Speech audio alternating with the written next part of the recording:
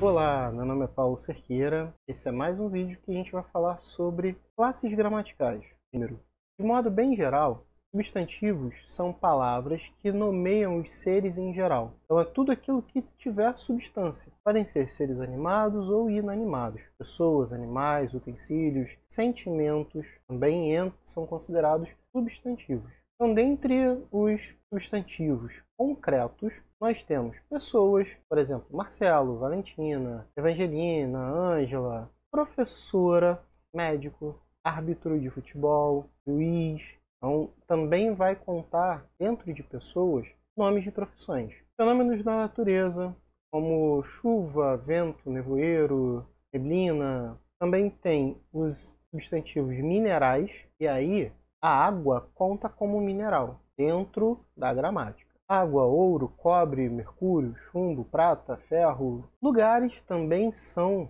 considerados substantivos concretos. Por exemplo, Paris, Brasil, Ipanema, Rondônia, a Terra, a Lua, o Sol, as estrelas. Outro tipo de substantivo concreto, os vegetais, as árvores, plantas, História Régia, rosa, dente de leão. Também temos instituições que são consideradas substantivos concretos. Parlamento, dinheiro, tribunal, algarismo, símbolo. Algumas entidades metafísicas, como por exemplo, diabo, alma, Deus, lobisomem, saci, vampiro. Objetos também são considerados substantivos concretos. Por exemplo, livro, mesa, faca, guarda-roupa, sofá. Animais também entram nessa categoria nesse conjunto de substantivos concretos. Cavalo, águia, tigre, leão, boi, mosquito, pulga. Já no campo dos substantivos abstratos, nós temos nomes que dão ideia de qualidade, mas não exatamente uma qualidade. São, por exemplo, formosura. Formosura é uma coisa, é uma qualidade. Formosura denota uma beleza, mas formosura, a palavra em si, não é uma qualidade. Formosura geralmente está associado a uma coisa, não a uma qualidade. Tristeza, bondade, palidez, desdém, ira, coragem, ódio, inteligência, etc, etc, etc. Frio, calor também são relacionados a substantivos abstratos. Ações, adoração, agradecimento, resolução, vingança, casamento, encontro, zombaria, caça. Estados físicos, por exemplo, morte, vida, sonho, apesar de não ser um estado, mas sonho, cegueira, também são considerados substantivos abstratos. Quando quisermos falar sobre substantivos comuns, próprios e coletivos, precisamos ter em mente o grau de abrangência desses tipos de palavras. Quando a gente fala de substantivos comuns, são aqueles que descrevem o ser de um modo genérico, não é especificamente uma pessoa. Por exemplo, flor, homem, mulher, casa, bairro, cidade. Não são palavras que determinam especificamente um local. Flor é qualquer flor. Homem, qualquer homem ou qualquer ser humano. Mulher, qualquer pessoa identifique como mulher. Casa, qualquer tipo de residência. A gente pode até entrar em questões de semântica, de relação, porém, substantivos comuns são aqueles que não identificam um indivíduo apenas. Já o caso dos nomes próprios, eles identificam especificamente um único ser. Então, quando eu digo Maria, Joana, Paulo, viaduto engenheiro Oscar Brito, o conjunto inteiro. Então, quando eu disser Parque do Ibirapuera, esse conjunto, Parque do Ibirapuera, conta como se fosse um substantivo próprio. Tudo bem que ele é formado de parque, tudo bem que ele seja formado de Ibirapuera, mas o conjunto, Parque do Ibirapuera, é considerado o nome de uma determinada região, então é considerado, sim, substantivo próprio.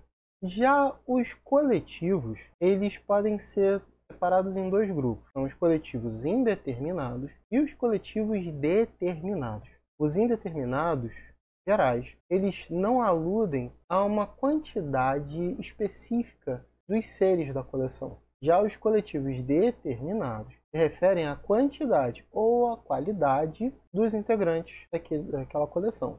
Você pode ver que os coletivos indeterminados se parecem com os substantivos comuns, os nomes comuns, mas eles expressam um todo. Quando eu digo exército, estou falando não só de uma palavra comum, mas eu estou me referindo a todo o corpo de militares, integrantes de uma força armada específica que compõe a defesa de um determinado país. Então, os coletivos indeterminados partitivos, ou seja, são coletivos que expressam parte de um coletivo, eles também vão expressar uma parte do todo. Por exemplo, a palavra batalhão. A palavra batalhão é uma parte do exército. Quando eu digo destacamento, estou me referindo a uma parte da tropa.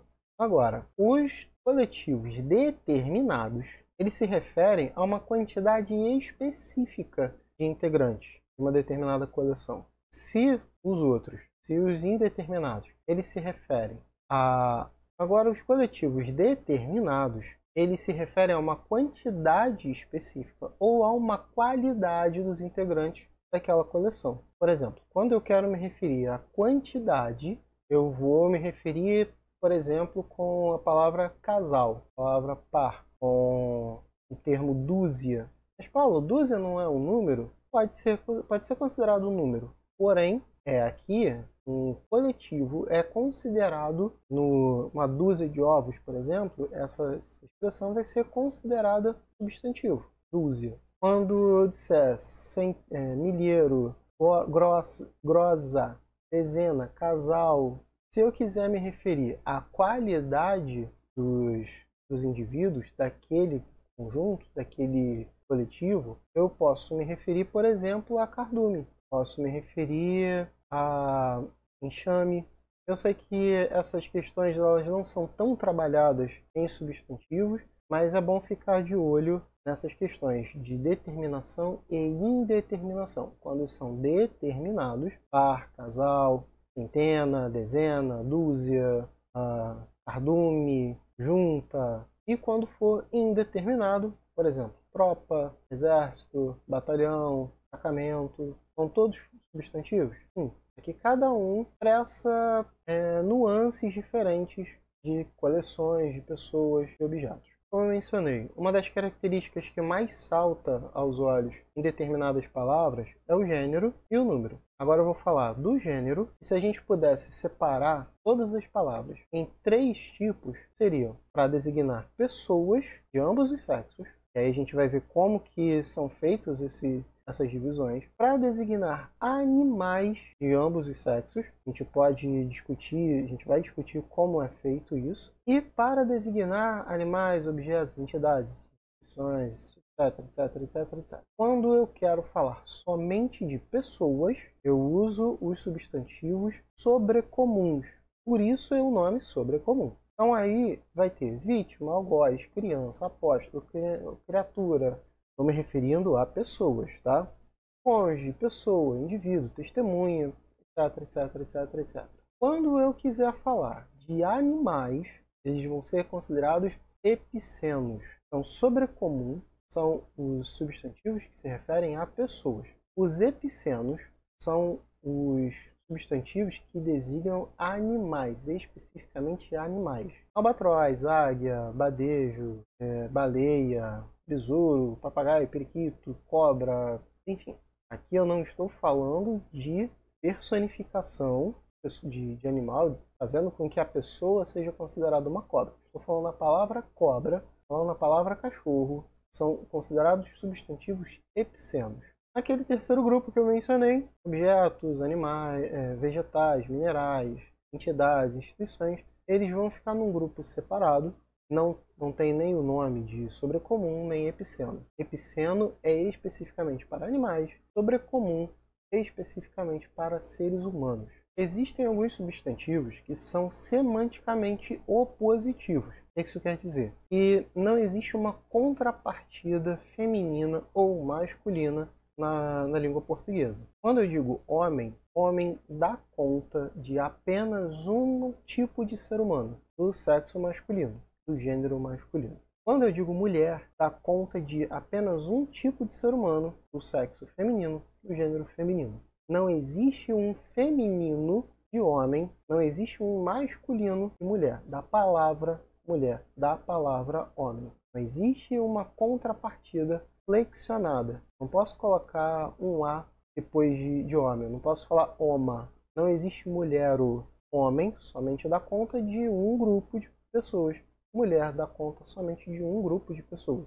Mesmo caso de cavalo. Cavalo é especificamente um ser equino. A égua é especificamente um ser equino. A palavra cavala refere-se a um peixe, não é um equino. Nome de um peixe. Bode só pode ser o macho. Cabra só pode ser feminino, do gênero feminino. Macho, fêmea, touro, vaca, pai, mãe, padrinho, madrinha. Não existe padrinha, não existe madrinho. E sim, o feminino de varão é matrona, não é varoa. A indicação do gênero, ela às vezes pode acontecer da seguinte maneira: quando eu flexiono a palavra e quando eu não flexiono. Vai ver agora as palavras que não têm flexão de gênero. Por exemplo, aborígene. Não tenho como saber pela palavra especificamente se eu estou me referindo ao aborígene masculino ou feminino. Então eu resolvo isso com palavras ao lado, palavras adjacentes. Por exemplo, o artigo, ele é um bom determinante, ele é o determinante e indica se essa palavra aborígene vai ser masculina ou feminina. Quando eu digo o aborígene, masculino. A aborígene, feminino. Agente, e aqui é o agente junto, agente, o agente, a agente. Artista, é o mesmo caso. Atendente, estudante. Tem um grupo de palavras que você só vai saber se é masculino ou feminino com as palavras em volta. Por exemplo, o agente habilidoso fez bem o serviço. O agente habilidoso. A agente habilidosa fez bem o serviço. Eu sei que eu estou falando de uma mulher. Quando eu digo eu tenho uma colega muito bacana, eu estou me referindo a uma mulher. Quando eu digo ele é um colega muito bacana, ele é um colega, para o pronome ele, o artigo indefinido um, são palavras em volta de colega que vão determinar se colega é masculino ou feminino, se colega vai indicar um determinado gênero e não dentro da palavra em si.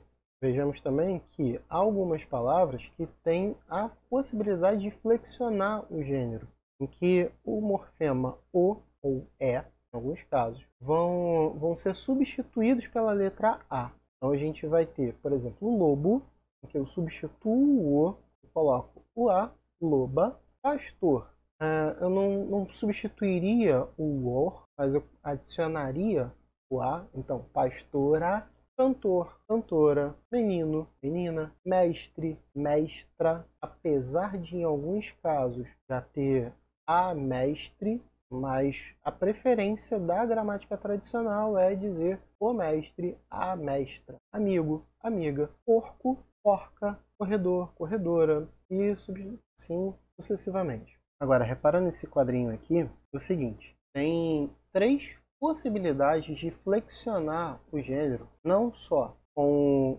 o ou o e sendo substituído pelo a, ou então a inclusão do a. Tem também a possibilidade de palavras terminadas em ão, que no feminino vão ficar oa, a, o an e ona. Quando eu digo leão, o feminino é leoa, leitão, leitoa, patrão, patroa. Quando o feminino de ão, palavra terminada em ão, for an, vai ter aldeão, aldeã, alemão, alemã, ancião, anciã. Em alguns casos também vão ter a substituição desse ão por ona, que é o caso de resmungão, resmungona, respondão, respondona, valentão, valentona, e assim sucessivamente. Eu não posso fazer leão, leona, já indica outra coisa. Aldeão, aldeona. Agora, já parou para reparar nessa listinha aqui do lado? Ela está mostrando algumas palavras que não tem um gênero específico e que pode tanto ser um quanto o outro. Em alguns casos é até preferível que seja no feminino. Por exemplo, acauã, personagem, faringe, pijama, inambu, preá, laringe, díspora. Tem outras palavras também, mas é preferível, por exemplo, dizer a personagem, independente de ser um homem ou uma mulher interpretando, mas também é possível dizer o personagem. Então, quando eu disser assim, Darth Vader é uma personagem bastante complexa em Guerra nas Estrelas. Está correto? E eu também posso dizer Darth Vader é um personagem bastante complexo em Guerra nas Estrelas. As duas formas estão corretas, só geralmente o costume é que vai preferir uma ou outra forma do gênero. Às vezes vai ser mais comum dizer a faringe do que o faringe. Muitas vezes vai ser mais comum dizer o pijama do que a pijama. Dependendo do caso, pode ser utilizado o personagem e a personagem para marcar personagens masculinos retratados por homens e personagens retratados por mulheres. Por exemplo, Primo Basílio é um personagem bastante controverso. Teresa é uma personagem bastante interessante. Agora, existem alguns casos em que quando se muda o gênero, muda também o significado daquela palavra. Quando eu digo o cabeça, geralmente eu estou me referindo ao líder daquele grupo. Quando eu digo a cabeça, geralmente eu estou me referindo ao órgão, a um pedaço do corpo que é a cabeça. Muito dificilmente a cabeça vai ser relacionado a uma líder de um grupo. Posso dizer que Joana é o cabeça do grupo que liderou aquele evento, por exemplo. Eu posso dizer que Sofia é o cabeça de todo o plano que foi maquinado. É possível, porque o cabeça está relacionado ao líder, não a pessoa, se é homem ou mulher. Já a cabeça está relacionada a essa parte aqui do corpo humano, ou de determinada criatura, de determinado objeto. O caixa está se referindo ao caixa eletrônico, ao caixa de banco. Já a caixa está se referindo àquele objeto que geralmente é quadradinho, que a gente recebe as encomendas. Então, o caixa, quando eu digo eu trabalho no caixa, trabalho num guichê, eu trabalho passando as compras no supermercado. Então, o caixa não é o mesmo que a caixa. Apesar de ser masculino e feminino, expresso pelo artigo, são objetos diferentes, são coisas diferentes. O mesmo vale para o capital e a capital. O capital se refere ao dinheiro. A capital é a cidade principal, é a cidade sede de um determinado governo, seja ele municipal, estadual ou federal. Uma coisa que eu quero destacar aqui é guarda. A palavra o guarda é um soldado que fica de guarda, fica guardando um local, alguma coisa. A guarda é um destacamento de soldados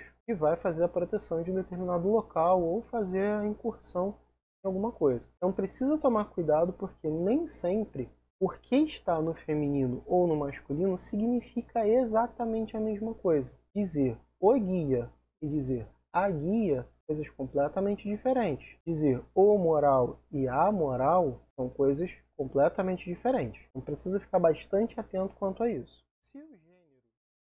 Muito obrigado.